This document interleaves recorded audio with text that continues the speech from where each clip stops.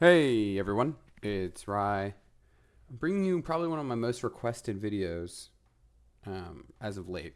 And this is going to be a breakdown of my most recent tourney win. Is that true? Yeah, I think that's true. Yes, I only played 2 games, of course. This is going to be a breakdown of my most recent tourney win. And this is just a qualifier game, so this lobby isn't anything special. In fact, I'd say it's pretty below average. But I do want to highlight a couple really cool parts of it that I thought had interesting decisions. So you'll see I'm playing Nubia here. This is obviously a civ I'm very comfortable with. There's multiple games on my channel of me playing Nubia. In general, I love playing them tradition. They obviously have a desert bias, as you can see here. So Petra works really well with tradition. Additionally, the tempo they generate by getting an extra scout on turn 0 is insane, especially if you high roll runes. Unfortunately, this game I did not, but on an average, you end up having really high pop by the time you're going to build settlers on like turn 6 most of the time, which is usually around like either 4 pop, depending on your start. Obviously, the start I would not get to 4 pop, but I'm going to talk about why that is and how I was able to salvage it anyway. Overall, this land's really interesting. Turn 0, you'll notice that I stepped on this tile, and I originally spawned here. Okay, so I step on this tile, and the first thing I notice is, okay, if I settle in spot, which is going to be one up right from where I'm currently settled, I'm going to have 4th ring of my marble and copper, and those tiles I'll never get back. Now, if I settle one down, I will get all of those as well as the 4 luxes I originally have, which is a 6 tile city. Additionally, 3 of those luxes are desert, at least, because there could be one over here. And obviously, if I get Petra, that's going to be insane. I trust myself to get Petra here. I trust myself to go on a wonder run in this lobby. Obviously, this start could have difficulties. If I don't get a gold rune, I'm kind of in a pickle because I'm going to be working this 2 food tile instead of like the oasis or the sheep or something like that. It might slow my game down. Additionally, I need to be conscious of how much money I'm saving because I need to buy iron still. Spawning on this tile, I guarantee my iron is on this tile right here. So I know the iron's here, but I still need to buy this desert lapis. Still need to buy out to this copper eventually. We'll need to buy iron, so I need to be conscious of gold. So that's kind of also on my mind. But in general, I think this is a really strong cap. Obviously, I'm leaning towards wheat and maize, given I see 4 wheat, 5 wheat right here, 6 with a maize tile there. So this is just looking like a strong wheat and maize start. And in general, I like this start. Originally, I'm thinking I need a scout because I was telling my chat at the time, I'm like, I really need a gold rune on this start. So I was thinking of making the scout just to increase those odds a little bit. But ultimately, I ended up just sticking with worker. So this start was actually double worker into settlers. Typically on Nubia, my favorite way to play is just worker and then settlers. So you start settlers from turn 6.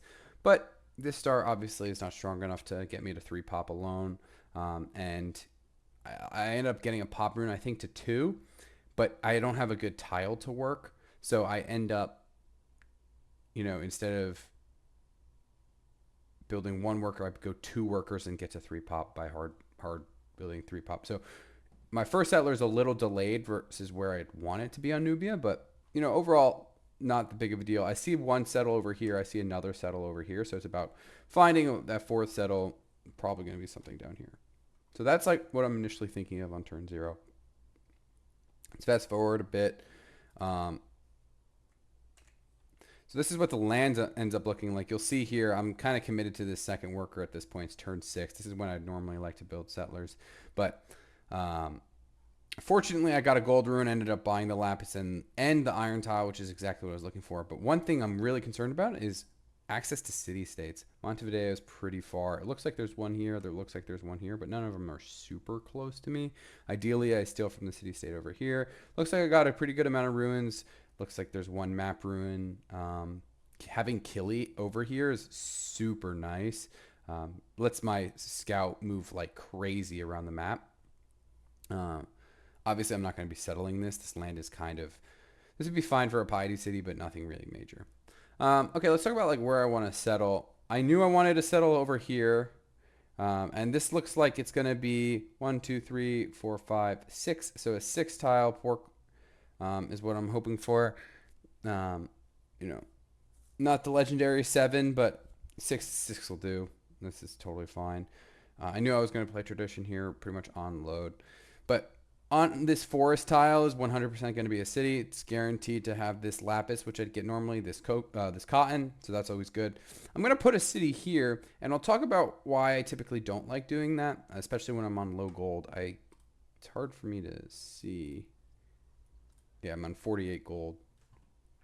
So on low gold, I don't typically like settling cities without access to hill tiles, but if I settle in a way where 1, 2, 3, 4 here, so it's not min distance, but it is min distance from this other city, I'm able to switch off on the rubber and on this iron tile. So it's deceptively pretty good in terms of hammers, and I'll talk about that in a second once I showcase it.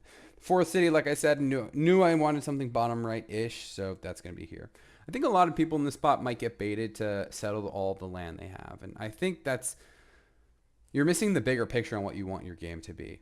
In this position, I knew I wanted to play fast. I knew I wanted to either play something aesthetics.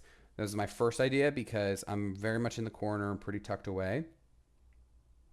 And again, I don't really think any of these players are so incredibly scary to me that I'm worried like, oh, I'm eventually going to die. I think if I played aesthetics in this lobby, I'd have a pretty good chance of just tanking out by the time I would win with internet. Now, fortunately, I don't end up doing that, but I do click aesthetics, and I will showcase that kind of idea. But this is the first thought. I'm thinking I'd just settle another city here.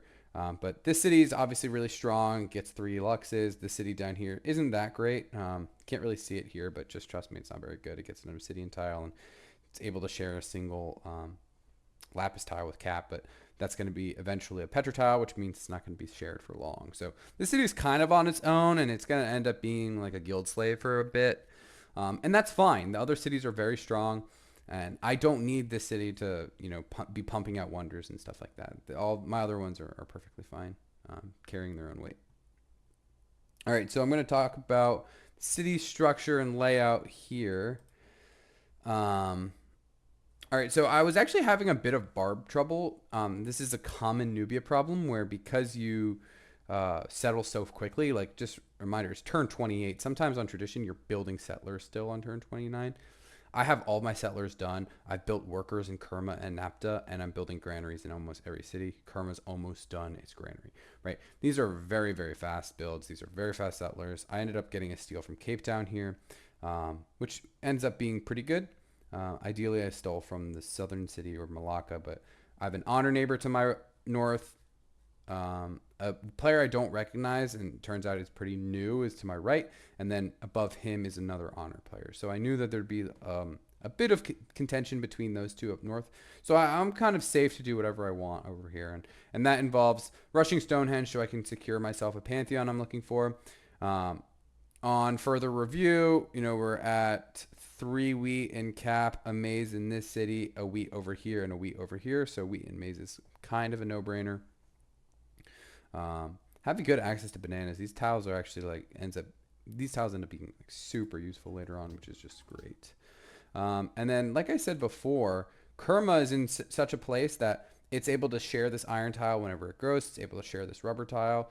From Napta, it's also able to buy its own iron and buy its own lapis. I don't buy the iron, remember, because I'm gold short here. I'm at 29. But, in most circumstances, I'd want to buy the iron right away, but I don't have that money to spend, so I'm actually just going to buy this lapis to make sure I'm always happy. Okay, so this was one of the most important parts in the entire game. So I'm not going to play the audio, but effectively here, I see him go to Montevideo. I have Islamabad as an ally. Typically, an honor player is like, okay, if they're not allies, it's free for me to take. I am not okay with him taking Malacca. In any position where this honor player takes Malacca, he is now in the fucking second ring of my city. That means at any point he could show up with crossbows or arty or something and just start popping my city, and there's nothing I could do about it. I tell him in a pretty aggressive way where I'm like, I'm serious, like don't fuck with me. Um, Obviously I get Petra at this point. Things are looking really good in terms of a sim perspective. Nuri, like I mentioned before, is going to be lagging behind, but that's a-okay. One other thing to note is a lot of people might be concerned about the lack of um, culture pantheon. I personally, if you're good at trad and you're good at securing wonders in expands and stuff like that, obviously I'm not talking to everyone here, but if you are comfortable with that kind of thing, I find that you don't miss the tradition boat finishing tradition too late. My cities are pretty high growth right now. It's turned 54, again with the exception of Nuri. Now, obviously, that's helpful. It's helpful that I have this maritime CS. That is certainly helping me. But what's helping me even more is the fact that I'm just going on a wonder run, and my culture is actually pretty good. Additionally, I actually prioritized like trying to get this culture ally. I think I secured an early camp or something like that. Those kinds of things really help to make the decision between can I afford to play tradition without a culture pan. It's a lot easier to decide. Obviously, my cap looks stacked. I'm pretty sure I'm 3-turning this National College. See what I mean when I say Nuri's not that strong? It's got some freshwater farms. It's got like a couple good tiles, but that's really it. It's really not that great. Now, I could still play aesthetics here, but knowing the current map position and knowing his intention was to take Malacca, I'm not convinced Tebben's going to let me chill, right? So I know I need to play a little aggressive. I'm still going to go with my play where I'm going to go aesthetics, but I'm probably not going to go tourism. And you'll see that once I skip ahead more, I'm going to be holding a lot of my writers and my artists, well, frankly, all of them. And that's just to make sure that I'm chaining through the important parts of the game, chaining my golden age through the important parts of the game. I have my writers to bowl for Clausewitz because I'm likely going to be going landships into Tebben and then into end the game. So that's the current plan. And I'm already kind of decided on this. Now, what's interesting is the sim doesn't really change from this to further on. But the decision making and thought process behind it does. So this is another important decision that I make. And fortunately for me, Tebben was pretty responsive and okay with moving off of Malacca and going to Islamabad. I told him, I'm like, look, I know Islamabad is my ally right now, but I'll happily let you kill it just so that you don't take Malacca. Malacca is too close to me. Islamabad, I think, is in a good position. So I felt like that was pretty fair, especially because I knew we'd have I told him, like, we're going to have conflict if you don't get off of that city. It's not something I want to do. It's just not fair to me for you to settle something like that. It's putting me in a really, really tough position.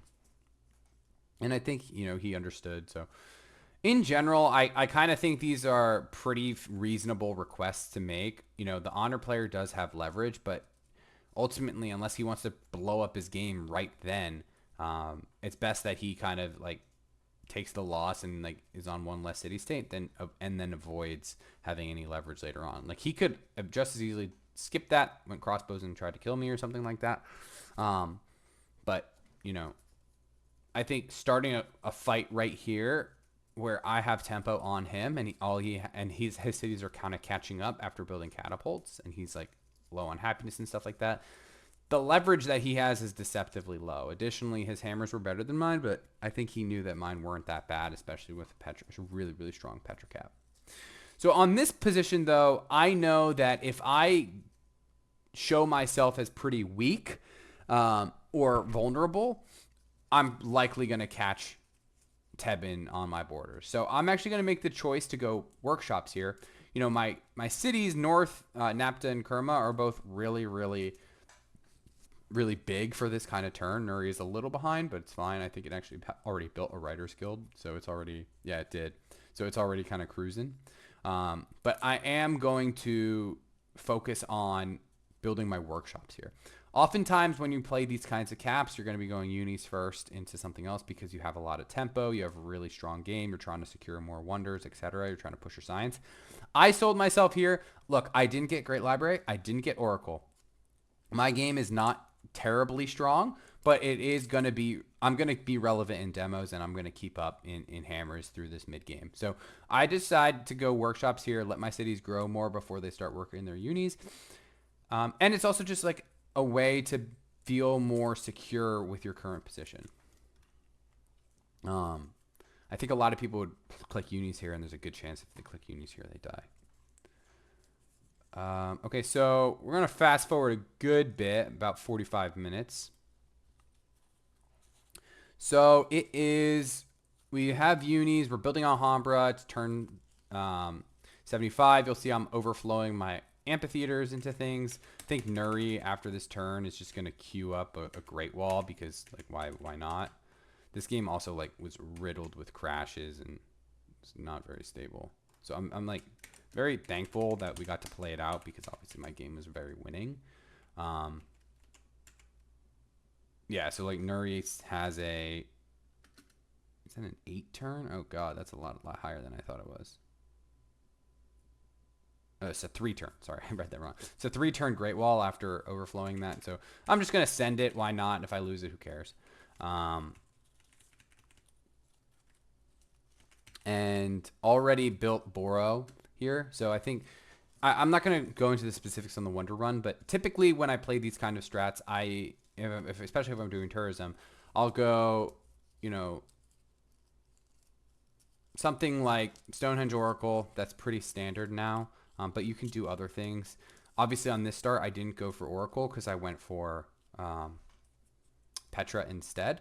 Typically on Petra builds, I like doing Great Library, but without any sort of source of faith, Stonehenge kind of made sense, especially because I was low on gold and early game. So Stonehenge just made sense from that angle. I then went Mausoleum, then into Petra, into National College, Chichen.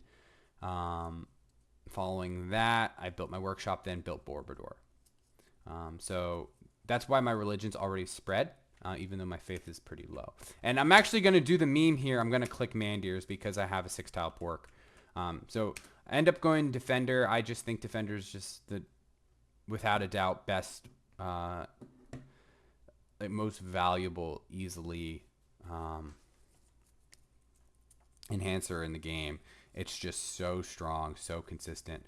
Now, the reason I'm focusing on this turn is because oftentimes after you get to Angkor, you typically will tech into Sistine and then go straight to Porcelain. I knew here was a really important point. I knew Tebben was having a pretty good game, and I know that he's likely to have an engineer. I don't remember in this game. I might be completely bullshitting here, but I don't remember if he used his engineer on Notre or not. I just like don't remember. But my guess is that he didn't. And my guess is he still's got his engineer and he's saving it for leaning, because oftentimes these kinds of builds that I'm playing are going to go, like I said, they're going to go for Sistine right into Porcelain and then ignore leaning because they want to get Porcelain tempo as soon as possible. I'm going to take a different approach here, and I think a lot of people... I'm going to take a really greedy approach because I know I have tempo on the rest of the lobby. I'm going to go for a leaning into Sistine hard build, and then because my engineer generation is so strong, because I got a pretty quick Boro. I have Petra, Chichen, Stonehenge, Boro, Garden. That's 4 engineer point wonders minimum, with a fast Garden. Relatively, it's not hanging fast, but it's pretty fast. That means I'm really likely to spawn a second engineer by the time I need Porcelain, and it actually works out perfectly this game. So I have an engineer sitting and I get one in 8 turns. That means I'm putting one on a turn 85 Porcelain, which isn't terribly fast, but it's also not slow either. I guess it's pretty good if you went leaning first. So I'm building Alhambra here. I just love Alhambra's synergy. And remember, I'm playing Nubia, and Nubia is a very good scaling civ in terms of autocracy. If you combine Nubia with autocracy and you get Total War and military academies, you actually get logistics arties, which aren't terribly strong, but they're really, really effective when it comes to pushing the landship timing. So I'm just going to be simming here, and let's fast forward a little bit to what I was talking about before.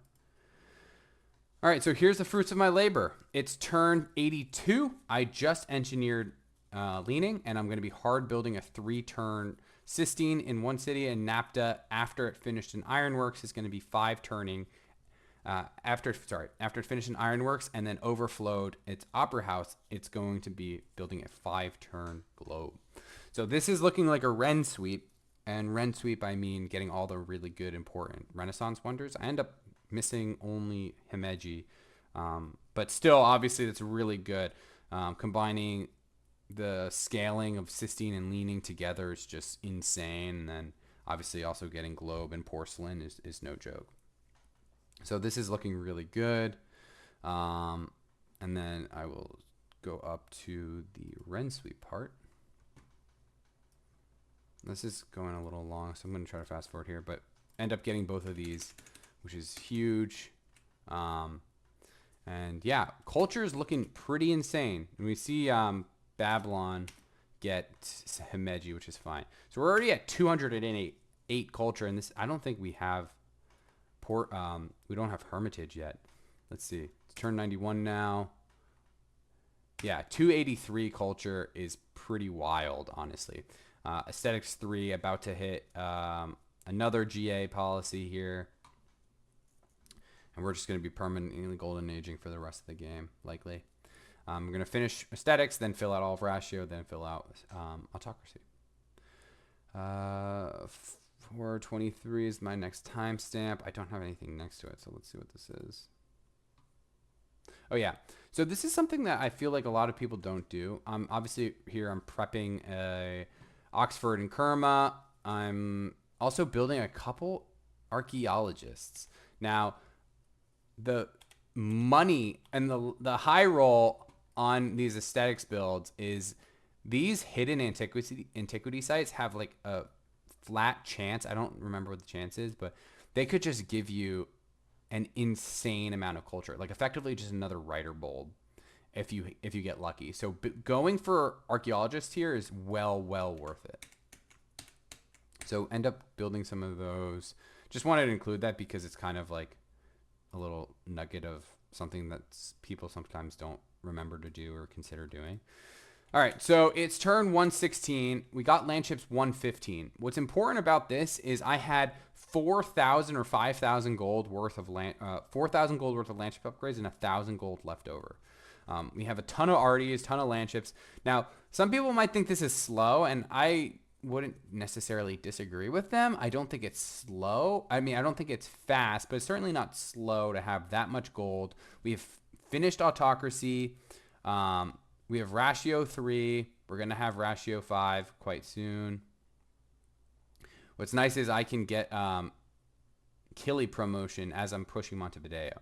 And what's also important is I am going to be pushing multiple fronts here. Now, the reason I'm doing this is because if I only did one front, it'd be substantially easier for him to defend. I actually did a pretty bad job of prepping these roads. I should have had a road already prepped for him on this side. It actually dramatically slowed down when I could take this city because I just had a difficult time getting my workers into place. But, you know, I mean, sorry, not my workers, my arty into place, but it's fine. So we're going to be pushing both sides here. And one thing I wanted to mention, and this is like some intricacies that a lot of people don't think about, but when you take these cities, and you liberate them like I just did, like that city just blew up.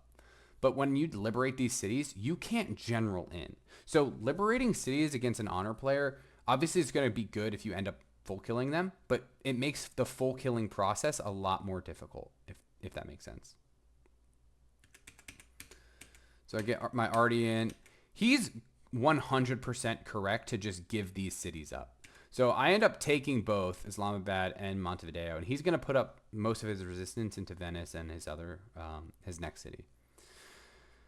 So we're just going to fast forward here. I'm not going to like go into the intricacies of each war. We smash back and forth for a bit, but ultimately I end up overpowering him. It's turn 124. It's turn 124. He loses his cap. I've killed 5 cities at this point. Almost, no, 6. I've killed 6 cities at this point. It's been 8 turns. Okay. So obviously a very efficient war, very quick, very strong game from me. But let's look at what that just was.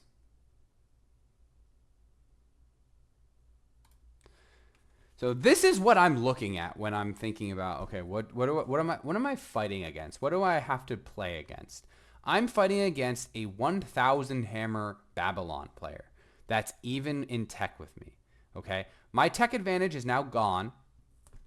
He's teching behind me, and he's already at 1,000 hammers on turn 124. I'm at 510. Obviously, that's going to go up when I flip these cities.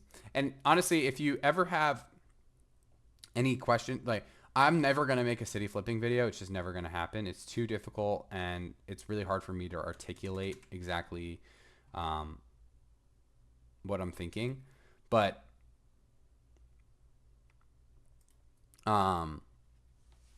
if you want to learn, like, okay, like, I'm in war, I don't know what to do, I'd watch, like, this game as a good example of, like, how to flip cities properly. I think I do a really good job of getting all of the cities I took online quickly. So if we saw that, he's at 1,000, I'm at 650. So obviously my hammers have gone up a bit, but not that much. This is such an amazing city to inherit. Like, look at that all thing. My God.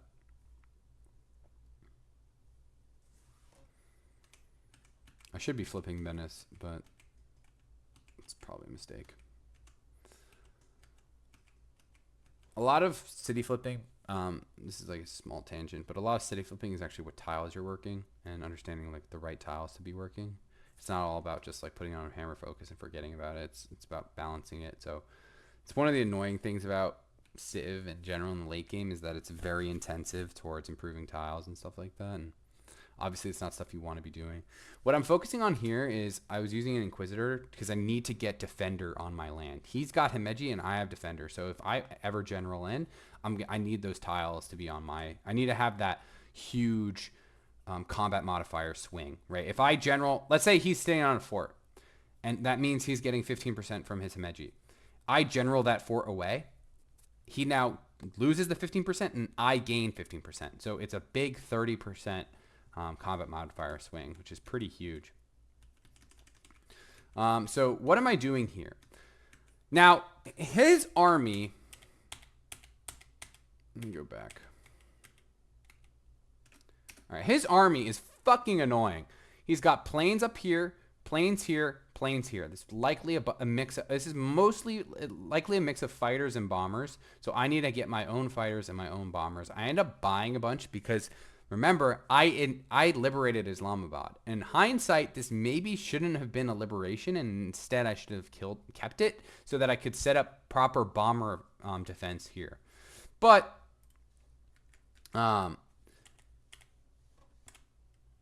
you know, that's neither here nor there. End up don't taking it, but look at this. Look at this insane shit I have to push through if I want to take a COD. And a COD's the natural place to push through here. If I want to take a COD, I have to break through all of these forwarded anti-tank guns, which are insanely good at killing tanks. He's got a bomber support, air coverage. What's the best way to deal with these? Fortunately, I'm Nubia, so I have artie, which actually do a really good job of hitting those from afar, especially because a lot of mine now, they all start with logistics, so some of them might have logistics and range, which is just really, really broken, but most of them won't. So what am I going to be building? Now, this is some Nubia tech, but I think it would work just the same if you used another Civ too. Obviously just not as good. But machine guns here are going to put in some massive work. And I think this was like the turning point for me to win the war, was using these machine guns properly. So there's no way I could slam landships into this and make any progress. It's not possible. He's got generals after killing the Chile player. So I can't general into him. I don't have general advantage. At least I'm not sure if I do or not. And it's not effective because it's very easy for him to counter Citadel, because those tiles are just so obnoxious to push through. So he's... I think he declares war on me here, which was definitely correct of him. So it limits the amount of time I could set up. I buy some bombers, which is good. And I need to buy some triplanes to stop his bombers from working. Now, Autocracy is really, really broken in these kinds of situations. What is his game plan? His game plan is going to be stall me out until he gets a big enough tech lead that he can effectively just outpower me, or outpower my combat modifiers with his own tech. Order really struggles in one-on-ones, just as a whole. So I know that eventually I'm going to grind him out. He's got a ton of hammers, but from an effective hammer standpoint, I have not similar hammers. I'm probably around 700 or something like that, but plus Total War, which is about 15%. So I might be at like 800, 850-ish.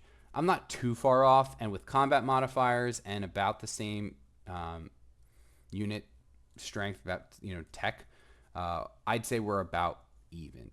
Not like even, but we're pretty close. It looks a lot worse on the demo board, which is huge, because it gives me leverage, and it lets me kind of manipulate the other player. Like, look how much damage that's doing, by the way. My arty shot did 12, my machine gun shot did 25. Like, that's just bizarre. Arty shots are doing about 7. That's doing 12. 10. Yeah, so we're quickly making progress here.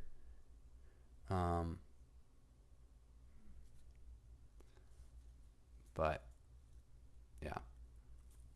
So the nice thing about how triplanes work is the triplanes in this city are gonna have a range of 6. So that means any tiles within 6 tiles. So 1, 2, 3, 4, 5, 6. So the triplane provides cover here, which means if I use a fighter sweep from down here, I'm able to sweep out all of the triplanes in this city, which means I can isolate this city because it might be too far from Babylon. Like 1, 2, 3, 4, 5, 6. That means this can easily get bombed if I burn all the triplane covered in here, because this triplane won't work.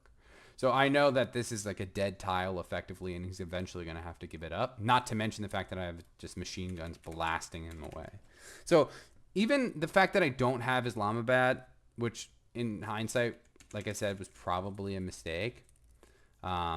It's not a big deal. Like we can work around it. So why am I not upgrading? Okay, there's the upgrades. Upgrade to real tanks, and we are going to make some progress. I'm going to show a little bit ahead here just to show like how good this is. So this is a really, really cool interaction, in my opinion. So here is a forwarded I don't know if it's got double cover. Actually, I might be able to look in a second. So I'm going to be setting it up so that my ranged machine guns actually have